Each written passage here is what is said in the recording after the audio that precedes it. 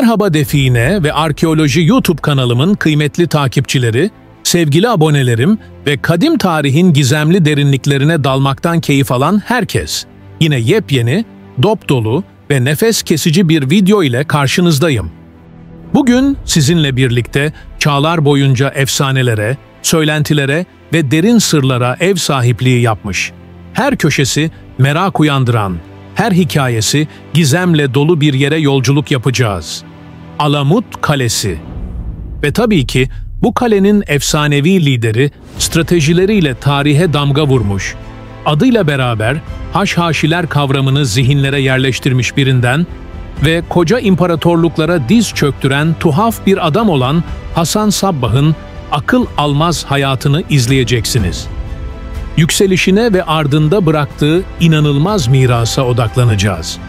Hazırsanız zamanın perdesini aralayalım ve bu heyecanlı ve bir o kadar da gizemli yolculuğa hep birlikte çıkalım. Hasan Sabbah, bir fikrin doğuşu ve Alamut Kalesi'ne giden yol.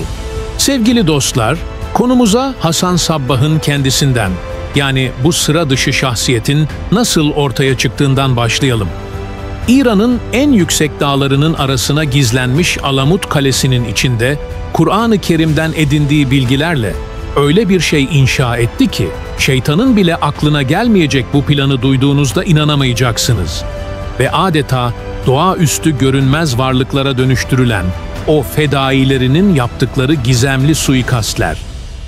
Dağların efendisi Hasan bin Sabbah, Hicri 475 senesinde yani miladi 1082 civarında o dönemin İslam dünyasının en önemli vezirlerinden biri olan Nizamül Mülk'ün himayesine girmişti. Kaynaklar, Hasan Sabbah'ın her ilimde üstün bir yetenek sergilediğini, özellikle de takva ve verasını, yani Allah korkusunu ve dindarlığını ön plana çıkararak Nizamül Mülk'ün gözünde fevkalade bir itibar kazandığını belirtiyor. Hatta bu sayede Melikşah'ın huzuruna kadar çıkma fırsatı bulmuş, padişahın dahi iltifatına mazhar olmayı başarmıştı. Ancak bu etkileyici başlangıca rağmen Hasan Sabbah'ın yolu farklı bir yöne savrulacaktı. O, Şiiliğin bir kolu olan İsmaililik mezhebini benimsemişti. Şia, sayısal olarak küçük bir grup olsa da, peygamberin eksiksiz olarak berraklaşmamış öğretilerinin tek varisleri olarak gördükleri Ali ve Ehli Beyt'ten gelen imamlara kutsal bir fonksiyon yüklüyordu. Bu anlayışa göre Kur'an'ın hem görünen, zahir hem de görünmeyen batın anlamlarını ve İslam'ın öğretilerini eksiksiz bilen kişi de sıradan insanlarda bulunmayan kutsal bir ışık ve bilgi, yani ilim olmalıydı. İşte Hasan Sabbah da bu inanç sisteminin güçlü bir savunucusu ve yayımcısı haline gelmişti. Peki, Hasan Sabbah'ı bu yola iten neydi? Dönemin siyasi ve sosyal koşulları oldukça karmaşıktı. Sünni İslam'ı temsil eden Abbasi halifeliğine karşı daima mücadele halinde olan Şii gruplar vardı. Bu ortamda Hasan Sabbah kendi davasını yaymak için kendine bir merkez arıyordu. Aradığı bu merkez hem stratejik bir konumda olmalı hem de kendi öğretisini güvenle yayabileceği bir sığınak sağlamalıydı. Adeta bir kartal yuvasını andıran Alamut Kalesi ve fethi. Ve işte karşımızda Alamut Kalesi. Dostlar, burası sadece bir kale değil, adeta bir kartal yuvasıydı. Coğrafi konumuyla bile başlı başına bir gizem ve güç sembolü. Kaynaklara göre, Batınilerin başkenti olan Alamut Kalesi, İran'ın kuzeyinde, Hazar Denizi kıyılarındaki Deylem ve Mazenderan bölgelerinin Sarp dağlarında yer alıyordu. Elburz, dağ çemberinin tam ortasında, devasa bir kaya zirvesinin tam tepesinde, yaklaşık 2000 metre gibi inanılmaz bir irtifada kurulmuştu. Bu kale, dışa kapalı, verimli bir vadiye hakimdi. Vadinin uzunluğu 54 kilometre, eni ise yaklaşık 5 kilometre civarındaydı. Bu vadiye girmek ise başlı başına bir macera. Dik ve çıkıntılı kayalar arasından daracık bir boğazla giriliyordu. Yani burası istilaya kapalı, savunulması son derece kolay bir bölgeydi. Bir düşmanın burayı kuşatması bile başlı başına zorlu bir görevdi, hele ki fethetmek. İşte tam da bu özellikleriyle Alamut Kalesi, Hasan Sabbah'ın davası için mükemmel bir merkez haline gelmişti. Hasan Sabbah, Alamut Kalesi'ni Hicri 483 yani miladi 1090 yılında ele geçirdi. Bu fethin en çarpıcı yönlerinden biri, kaynaklarda Müteveffa Sultan'dan ele geçirdiğimiz zaman ifadesiyle geçmesi. Bu, kalenin o sırada Selçuklu kontrolünde veya onlara bağlı bir yöneticinin elinde olduğunu düşündürüyor. Ancak kalenin fethinin nasıl gerçekleştiğine dair ilginç detaylar var. Alamut'un zorlu coğrafyası nedeniyle Hasan Sabbah ve adamları bu kaleyi dışarıdan bir saldırıyla almak yerine içeriden sızma ve kademeli ele geçirme yöntemini kullanmışlardı. Bu, onların ne kadar zeki ve sabırlı stratejistler olduğunu gösteriyor. Melikşah'ın Alamut'u kuşatma girişimleri de kaynaklarda yer alıyor. Hasan Sabbah'ın yanında o sırada mekanı koruyan 70 kadar yoldaşı vardı. Dışarıdan gelen 300 adamlık takviye ile birlikte bir gece sultanın birliklerine saldırarak büyük bir katliam yapmış ve yüksek miktarda ganimet elde etmişlerdi. Hicretin 485. yılında Melikşah'ın ölümü Hasan'ın gücünü sağlamlaştırmasını ve yaymasını sağlamıştır. Hatta Vezir Nizamülmülk'ün ölümünden 18 gün sonra Melikşah'ın da şaibeli bir şekilde ortadan kaldırılması, Alamut'un gücünün ve stratejilerinin ne kadar etkili olduğunu gösteren, gerçekten de çok gizemli ve bir o kadar da önemli bir detaydır. Kuşatma haftalarca sürmüş, kale içindekilerin iaşesi bitmiş, açlıktan perişan olmuşlar. Avuç içi kadar kuru ekmekle günlerini idare etmişlerdi. Tüm bu zorluklara rağmen kalenin düşmemesi, Alamut'un ve sakinlerinin direniş gücünü ortaya koyuyor. Fedailer, yaşayan hançerler ve gizemli eğitimleri. Şimdi gelelim bu hikayenin en merak uyandıran kısmına. Fedailere, yani Haşhaşilere. Bu ismin kökeni ve onlara atfedilen bazı eylemler tarih boyunca tartışma konusu olmuştur. Haşhaş teriminin ukda, jel ve şekerleme denilen bir karışımdan, yani adam otu kökü gibi kuru uyuşturucu maddelerden türediği belirtiliyor. Dönemin kaynaklarında bu maddeyi gizlice satan bir adamdan bahsediliyor. Ancak fedailerin eylemlerini gerçekleştirmeden önce haşhaş kullandıklarına dair rivayetler olsa da bu konuda kesin bir bilgi bulunmamaktadır. Yani bu bir söylenti mi yoksa bir gerçeğin abartılmış hali mi hala tam olarak bilinmiyor. Peki kimdi bu fedailer? Onlar Hasan Sabbah'ın davasına sonuna kadar sadık, canlarını feda etmekten çekinmeyen, özel olarak eğitilmiş kişilerdi. Musul emirine yapılan bir suikast örneği, onların bağlılığını açıkça ortaya koyuyor.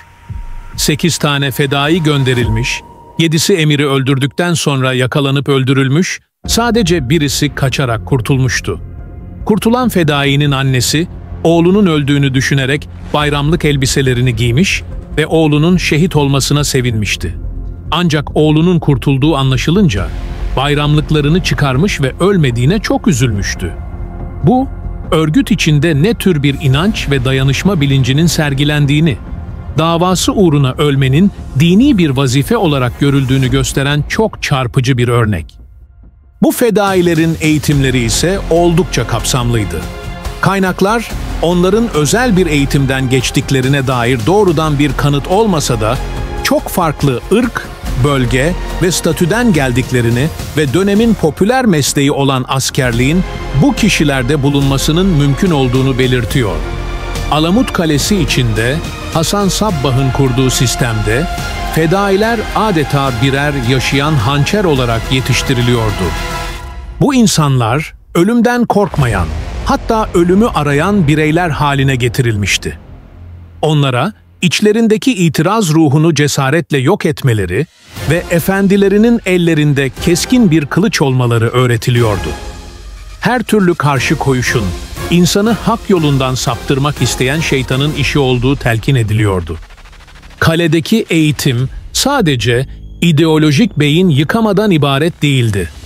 Aynı zamanda ciddi bir fiziksel ve askeri eğitim de veriliyordu. Süvariler, Mızrakçılar ve okçular ölümüne dövüşürcesine atlı hücum idmanları yapıyor, kılıç, mızrak ve okçuluk talimi gerçekleştiriyorlardı. Alamut'ta doktor bile vardı. O dönemde tıp alanında dersler veren, insan vücudunun yapısı ve fonksiyonları konusunda uzmanlaşmış, eski Yunan felsefesiyle Kur'an'ın uyum içinde olduğunu ispat etmeye çalışan bir hekimden bahsediliyor. Bu, eğitimin sadece savaş odaklı olmadığını, aynı zamanda entelektüel bir boyutunun da olduğunu gösteriyor. Gizemli Alamut Kalesi'nin sır perdesi, cennet bahçeleri ve Haşhaş miti. Alamut ile ilgili en çok merak uyandıran ve tartışılan konulardan biri de cennet bahçeleri efsanesi. Kaynaklarda fedailere vaat edilen cennete değinen bölümlerin dönemin sapkın nizari inançları esas alınarak yazılmış olabileceğini belirtiyor. Kur'an'da Allah'tan korkan ve ona inanıp doğru yolu seçenlerin, tıpkı İslam adına şehit olanlar gibi, öteki dünyada sonsuza kadar cennette yaşama hakkıyla ödüllendirileceği vaat ediliyordu. Şii Müslümanlar ise imamların kıyamet günü üstlenecekleri aracılık vazifeleri sayesinde kendi yolundan gidenleri cennetle ödüllendireceklerini vaat ediyorlardı. Nizari İsmailileri de kendilerini gerçek imamın yolundan gittikleri için ölümden sonra cenneti hak etmiş ayrıcalıklı bir halk olarak görüyorlardı. Hasan Sabbah'ın Kabil'deki prensin konağında yaşanılanları simüle ederek fedailerine bir tür cennet deneyimi yaşattığına dair anlatımlar da mevcut. Bu deneyim sırasında genç bakirelerin hizmet ettiği, Kur'an'da tarif edildiği gibi bahçelerde uyanma fikri öne çıkarılıyor. Bu, fedailerin motivasyonunda şehitlik ve cennet inancının ne kadar merkezi bir rol oynadığını gösteriyor. Peki, ya o meşhur haşhaş kullanımı? Kaynaklar, bazı kişilerin bu eylemleri haşhaşın etkisiyle gerçekleştirdiğine dair rivayetler olduğunu, ancak bu konuda kesin bir bilginin bulunmadığını belirtiyor. Aslında haşhaş iddiaları Batı'da assassin kelimesinin kökeni olarak gösterilen haşhaşin kelimesinin yanlış anlaşılmasından kaynaklanabilir. Bu tür söylenceler, düşmanın psikolojik olarak küçümsenmesi veya şeytanlaştırılması için de kullanılmış olabilir. Antik gizem dinlerinde esrime yoluyla ruhun tanrısal diyara gitmesi ve tanrıların vücuda girmesinin müzikle olduğu belirtilir. Hatta cinsellikle özdeşleştirilen zirve anların olağanüstü haz verdiği ve tarif edilemez olduğu söylenir.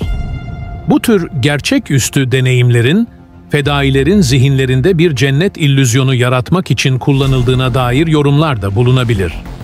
Yani Hasan Sabbah'ın taktikleri sadece fiziksel güç ve askeri eğitimle sınırlı kalmayıp, aynı zamanda insan psikolojisinin derinliklerine inen, inanç ve arzuları manipüle eden ince stratejiler de içeriyordu.